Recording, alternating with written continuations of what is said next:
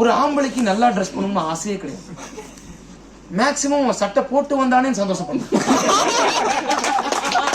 இங்க இருக்கு பாருங்க, ஒரு 2 பசங்களை பாருங்க, மெஜாரிட்டி பாருங்க, சட்டை போடணுமே, ஏதாவது கேஸ் ஆயிருமே, பப்ளிக் அஃபென்ஸ் ஆயிருமே, ஏதோ ஒரு 4 பேர் சட்டையை போட்டு வந்துருக்காங்க.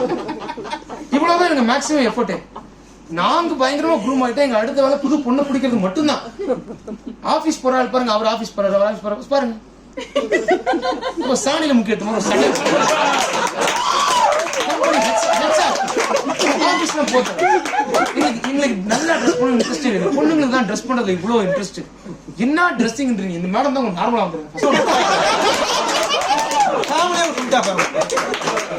என்ன நடக்குது உள்ள வந்து தடுப்பாய் வெளியே வந்து இந்த லேடிஸ் ட்ரெஸ்ஸிங்க பார்க்கணும். நல்லா இந்த பச்சை கலர் புடவை, அவன் வந்துட்டு அவனுக்கு என்ன ட்ரெஸ் போட்டிருக்கானே தெரியாது.